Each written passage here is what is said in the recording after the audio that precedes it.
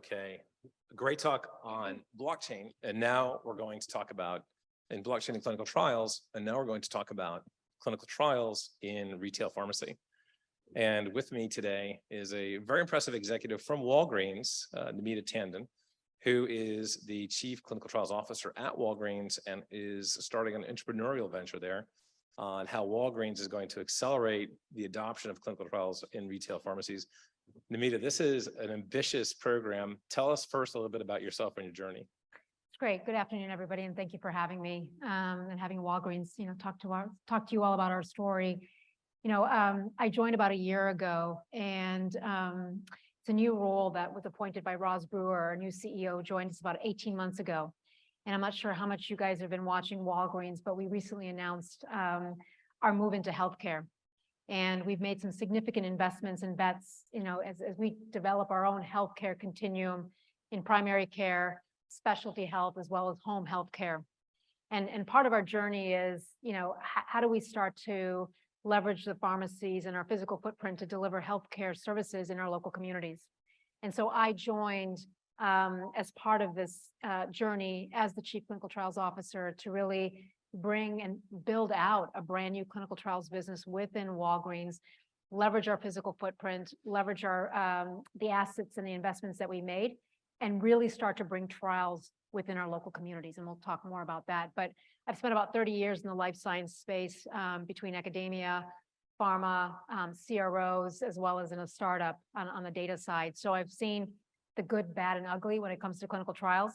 And we're here to disrupt in how we deliver clinical trials to our patients in our local communities. That's impressive. And when you're talking about bringing clinical trials to the communities, dive into that a little bit more. Let's double click on that model and why you think, as a clinical trials executive for many years and really impressive background with everything you've done in clinical trials over the last 10 years, what would you say is going to be the most impactful effort that this will change and how this will change clinical trials in the future?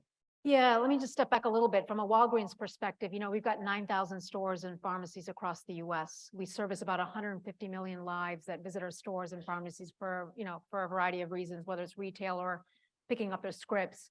75% of the U.S. population is within 5 miles of a Walgreens. And so, during the COVID-19 pandemic, we learned a lot. Collectively, the retail pharmacies administered over 270 million vaccinations across the U.S. during a time that was a healthcare crisis, right? So, we rose to the challenge, and it wasn't a one-size-fits-all strategy across our communities in the U.S. It wasn't a media campaign that drove people to go get their vaccinations and come to their pharmacies. There was a lot of grassroots efforts. There was a lot of community engagement and activation, and really getting consumers and patients educated and empowered to understand the benefits of vaccination, because there was tremendous amount of vaccine hesitation, within these communities, particularly in communities that are under-supported or communities of color. And so we learned a lot during the COVID-19 pandemic. But we also learned that if we spend the time to, activate and work within these communities, we start to break down some of the barriers that exist within these communities, particularly around travel, medical literacy, digital health literacy. I mean, and you go down to the Deep South or in the rural parts of America, there's a lot of variations in how consumers and patients view health. So if you think about that same framework from a clinical trials perspective, is we know that when patients are asked to participate, there's a lot of barriers for participation. Less than 5% of the U.S. population participates in clinical trials. And of that cohort, 75% are white. So no matter how much work we've done, including myself, in clinical trials, whether it's bringing technology or, looking at different engagement modalities, digital, what have you, we still haven't moved the needle around access and diversity and equity. So from our perspective is, how do we use our physical footprint, our 9,000 stores and pharmacies across the U.S.? Today, we've got about 200 stores that have been converted as healthcare destinations, where we're delivering healthcare services like screening, diagnostic, and phlebotomy services. We're going to continue to scale and build that roadmap of the types of services that we're going to deliver. But ultimately, it's about hyper-personalizing and making it convenient for patients and consumers to go into their local Walgreens, get the services they need, but ultimately close care gaps. And from a clinical trials perspective, it's the same. Imagine,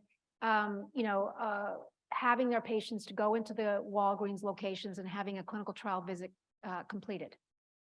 It makes it easier. It makes it convenient. We're not here to disrupt the current provider-patient relationship. We recognize patients have to be seen by their providers, have to be seen at AMCs or other healthcare systems. But we also know that retention of patients in trials is a big issue.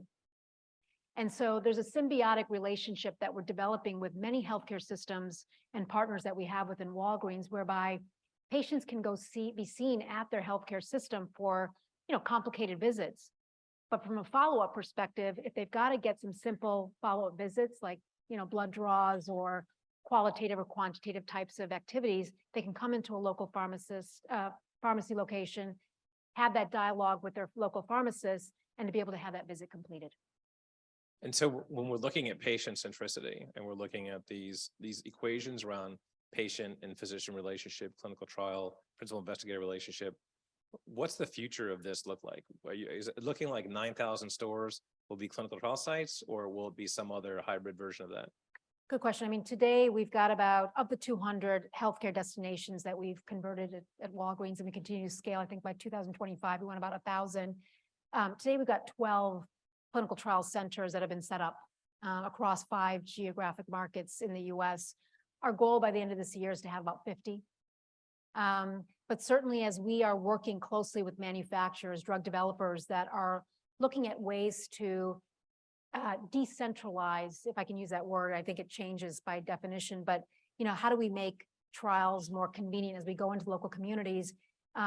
We listen to their needs, and every pharmaceutical company is very different in terms of where they want their trials completed, but more importantly, folks are looking at geographic markets that are highly diverse in populations, are looking at areas like the Deep South or in the Midwest, where it's been a challenge to tap into those patient populations in the past.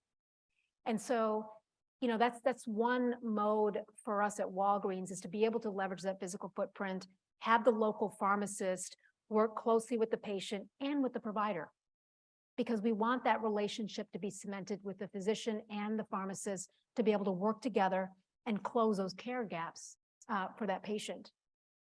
The other pieces that we're putting in place, we understand that some populations are a bit more savvier, so we're allowing for the digitization of the clinical trial workflow, so telehealth, where states are going to be allowing us to be able to have the patient and the provider engage and complete some of the visits that way. And then certainly with our acquisitions in home healthcare, we have the ability to deliver clinical trial visits and healthcare services at patients' homes too. So we're providing a flexible set of options depending on the types of patient populations that we're looking at for a specific clinical trial. But the idea is to make it convenient and personalized as we support that clinical trial workflow. It really does support the workflow. It also, and again, if there's questions, it's just fantastic to have Namita here today, considering how revolutionary and disruptive the model could be going forward. If you have questions, there are 2 mics at the front of the theater. Please feel free to just stand up and we'll recognize you right away. But diversity, equity, inclusion, it's a major theme of this meeting this week. And when you look at this model and its ability to really help enhance that to communities in need, to communities that are remote, that are far away from academic medical centers and super specialty centers. Talk a little bit about your vision and how this new model can really enhance the DEI equation in America. Yeah, I mean, look, I've spent a lion's share of my career, looking at ways to find different, patient engagement modalities. How do we tap into patients that have never been tapped into before? Those that have been working in clinical trials, understand there's provider fatigue, there's patient fatigue, because we keep tapping into the same AMCs, the same institutions to recruit patients for trials. But the challenge is, like I said, less than 5% of the US population participates in clinical trials. We have a lion's share of this nation that don't even understand what a clinical trial is, let alone have been given the opportunity to participate. So, from a Walgreens perspective, as we're going through this bold journey and taking a 120-year-old company and really transforming the business model as we move into healthcare and into clinical trials, my goal, at least from a clinical trials perspective, is to tackle the access issue, move the needle around that less than 5%, and start bringing trials into communities that have access to. One, and number two, we're working very closely with the FDA. As you all know, the FDA has issued some guidance around diversity planning, diversity plans to be submitted as part of the submissions, from a manufacturer's perspective. So we're working with the FDA to kind of help support in those efforts. And also, Representative Robin Kelly from the state of Illinois put forth a bill, the NIH diversity bill, that's sitting in the House. So we are working with her team and how best to advance that bill.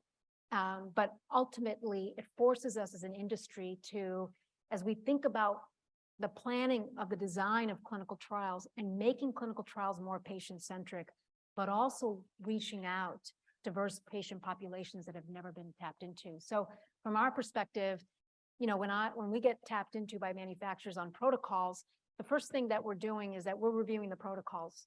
Typically, inclusion, exclusion criteria, what makes sense. Now, certainly, we sit on a plethora of information, right? We have 150 million lives. We've got access to pharmacy records. We've made some investments to create what I call a real world evidence engine. So we have access to almost 300 million EMR records, both structured and unstructured data. So we're bringing those pieces and parts together to really understand holistically that patient's treatment journey before we start to identify the patient cohort that's eligible for clinical trials. So we're not looking at sending out mass letters to everybody within the Walgreens ecosystem, but it's more about being precise in finding the right patients for trials. And when a manufacturer comes to us on a protocol, and if they're looking to tap into the same geographic markets, we're challenging that. Whereas, we can come out and say, we've got 150,000 or 1 million patients that are eligible for your trial. Are you looking at communities that you've never had access to? So we are challenging our industry partners to start looking at different pockets of this nation that have never been tapped into before. Yeah, even looking at like Columbia Medical Center, we do a lot of clinical trials in New York City metro area. Walgreens could really extend beyond that network and help us be able to reach patient populations that are just a little bit further away near our Columbia Medical Center outpatient clinics. So, and talking about Columbia, we have a representative from Columbia here with a question. If you could give your name, title, institution, and then question. Well, you just gave up the institution. So I'm Derek Brand. I'm the Executive Director of Strategic Partnering from Columbia, although this is not a Columbia question, right? So, these aren't going to be, this isn't a CAR-T trial, right? So ideally, where do you think you're best poised to start a new conversation with certain patient groups, right? So what kind of indications do you really feel like you can reach new people, and how would you start doing that? Yeah, good question. So a couple things, I launched the business in June of this year. And when we launched it, it was a bit of a tsunami because we had a number of manufacturers and healthcare systems reaching out, tossing their protocols and asking us to take a look at it. And so here's how we're handling this. Certainly from identifying patients, within the Walgreens ecosystem, we're disease agnostic, right? So we can easily identify those patients. We can do the outreach because we're the covered entity, and we can start to make those referrals, to AMCs or healthcare systems, what have you. If we're going to bring patients into our locations for trial visits, that's when we have to be a bit more judicious. Oncology trials doesn't necessarily make sense unless we're partnering with the healthcare system. In the case of what I mentioned earlier, that we have a patient go into the healthcare system to get some of the complicated visits completed, but then have the follow-up visit done so that that patient stays on, and we start to reduce the dropout rates that we typically see in clinical trials. Our goal, now there are about 8 disease areas that have significant health equity issues: CKD, cardiovascular outcomes, obesity, and diabetes. These are disease areas that we want to tackle from a Walgreens perspective. Why? Because they impact the lion's share of this country. So when we get manufacturers that are looking at areas in the cardiovascular outcomes, diabetes, CKD, because there's a significant population that's impacted, those are trials that we want to prioritize and start using our physical footprint as an opportunity to kind of bring those patients in for those visits to be completed.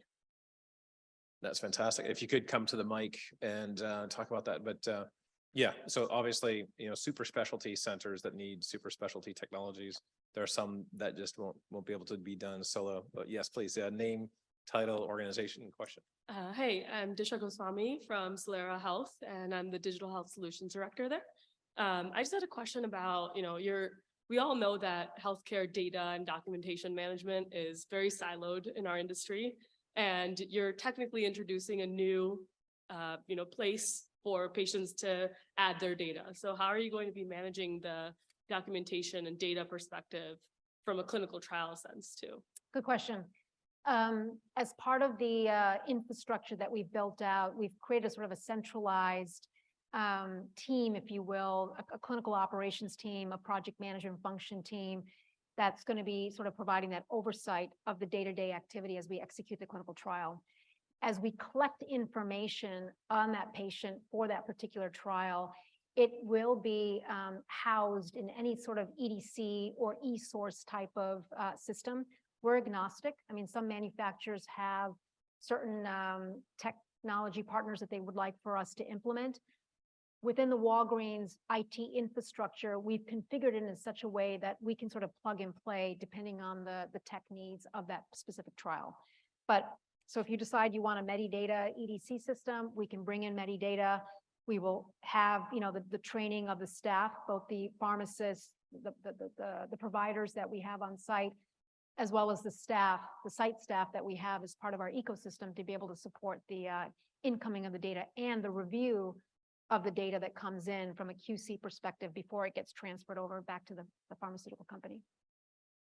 Great. And another question at the mic, if you could again name, a title, organization, and question. Hi, I'm Yitzi. I'm RWJ Barnabas Health. I'm a nurse by training, and I've been involved in clinical trials for a long time. I was wondering, could you touch on some of the strategies that you are going to use to sort of help keep patients engaged through the through the various milestone processes all the way to the end? Because from what we've seen over, the many number of years of trials have been going on, is that the more visits that they have to make, the less engagement you get. So the more success that you have is with less engagement and less sort of like interruption in my daily life. Can you touch on how Walgreens is going to sort of approach that? It's a great question. From our perspective, the community engagement activation is going to be so key. Now, we recognize we can't do this alone. So we're being very intentional and thoughtful about the ecosystem of partners that we bring into bear to help support in this process. Certainly COVID-19 gave us tremendous learnings where we partnered with national coalition partners that have local chapters, if you will, as we started to work with them to, number one, first, create that baseline understanding of what a clinical trial is. Like I talked on earlier, I was in Alabama visiting one of our locations, so the first year I spent a lot of time across the nation and going through our locations. And I had a chance to talk to some folks that were coming into our location. I said, look, we want to do clinical trials, within this Walgreens location. And I got responses, two types of responses that I got from people. Number one, I have no idea what you're talking about. Or number two, significant mistrust in the healthcare system or with big pharma. And so there were a lot of questions that were sort of firing at me in terms of, how do you start to demystify some of the notions, preconceived notions people have about clinical trials and big pharma for that matter. And so there was a level setting and education that needs to be done at the community level. And that's where we're leveraging our pharmacies as an opportunity to educate people, particularly areas that are foreign to the concept of clinical trials, using our pharmacists as a means to have that dialogue and to get them engaged, and at least to level set what a clinical trial is, the benefits and the value for them to participate, and what their participation is going to do in terms of, collecting information that's more representative of the US population. Number two, as the trial carries forward, that's when our community partners will become key to us and our success, and working very closely with the local pharmacy care teams. And so, number one for us is about bringing those patients into our local pharmacies, the point of care, and to be able to have that pharmacist have that dialogue and to be able to conduct the visits. It's going to be a critical piece for us. Now, look, we're new and we're going to be measuring. And I was just talking to Stan about this, sort of the effectiveness, from a patient satisfaction perspective, and then the overall operating model. What does that look like for the industry overall? So, as we start to go through trials, we are going to be measuring this very carefully and be publishing along the way in terms of the effectiveness of this model go forward. Obviously, this is a digital health meeting and a digital health day.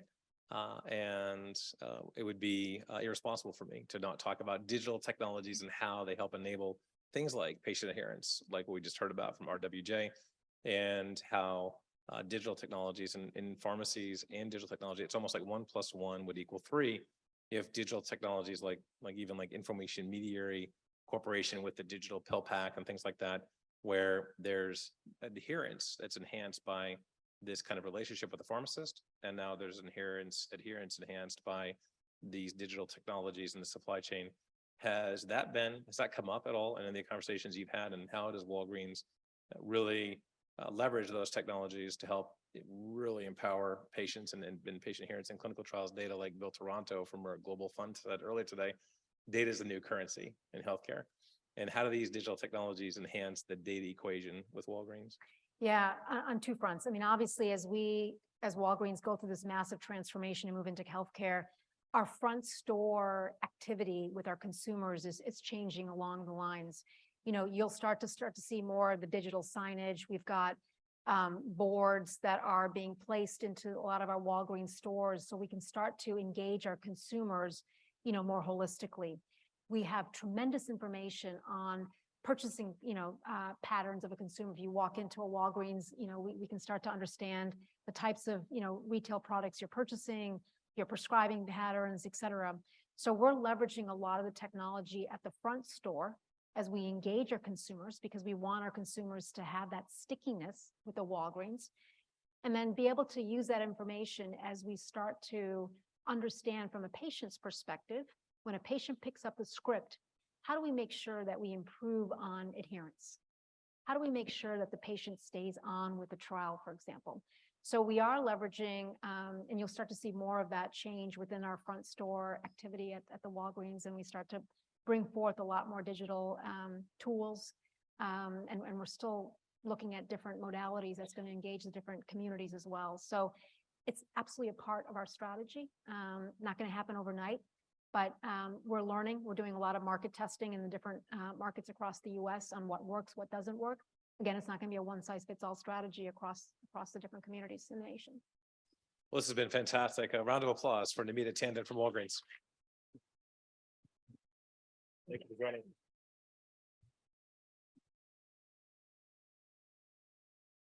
And